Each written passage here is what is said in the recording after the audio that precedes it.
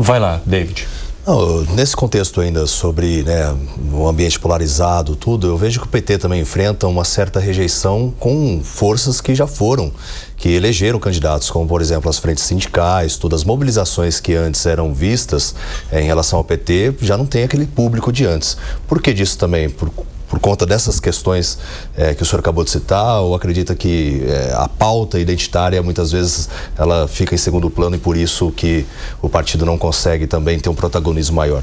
Bom, eu queria só complementar a pergunta anterior, que além da questão da economia, tem a questão da corrupção, né?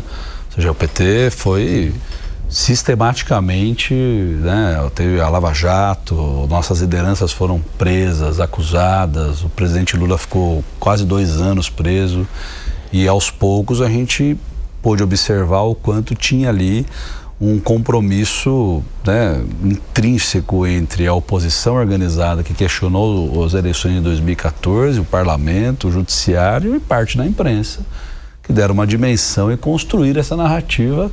E as nossas lideranças foram praticamente impedidas de militar politicamente. O nosso militante comum, médio, tinha receio em função do quanto era áspera a crítica ao partido nesse período. Isso fez com que nós diminuíssemos a nossa capacidade de atuar politicamente. Mas isso significa, no seu ponto de vista, que a corrupção não teria acontecido? Não, é assim, nós temos um problema de corrupção sistêmica no país. É que de um jeito foi colocado como se o problema fosse com o PT, né?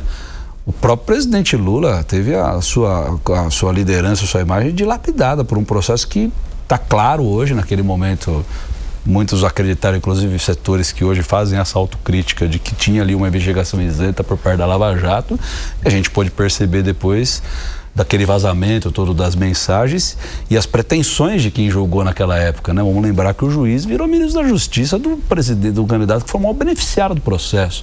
Achar que aquilo não tinha lado, de que a investigação não estava enviesada, a gente ficar cego a isso tudo. A corrupção, obviamente, ela existiu, ela é sistêmica, foi sistêmica. Acho que a gente foi modernizando os nossos processos de legislação, de fiscalização, e é algo que a gente tem que perseguir sistematicamente, né? Mas grande parte dos corruptos que foram presos, inclusive, eram servidores de carreira das empresas públicas brasileiras, né?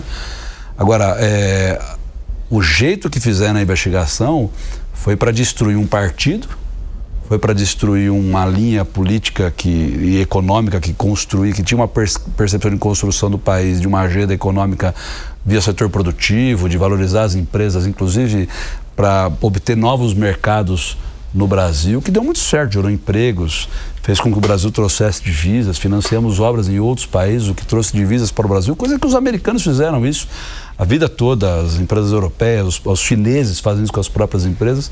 Deputado, mas não tem acontecido também a mesma coisa em relação ao INSS? Ali é um caso de corrupção sistêmica. Vamos imaginar, lá em 2019, você abrandou o sistema de organização. Esses sindicatos novos que surgiram são sindicatos ligados aos empresários em geral, a trabalhadores, a gente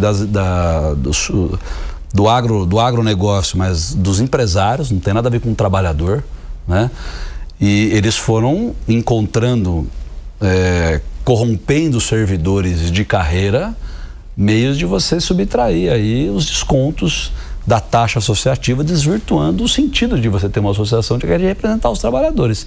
Todos que estão caindo aí, a maior parte deles são isso, são entidades novas, montadas nessa conjuntura de 2019 para cá, onde o governo Bolsonaro desarticula o Ministério da Previdência, deixou de existir, portanto, quanto é uma mentira essa coisa, vou diminuir o número de ministérios para diminuir o tamanho do Estado. Nós sabemos que não é verdade, porque diminui o ministro, mas toda a estrutura continua, o que você tem, deixa ele ter, voz de comando, né?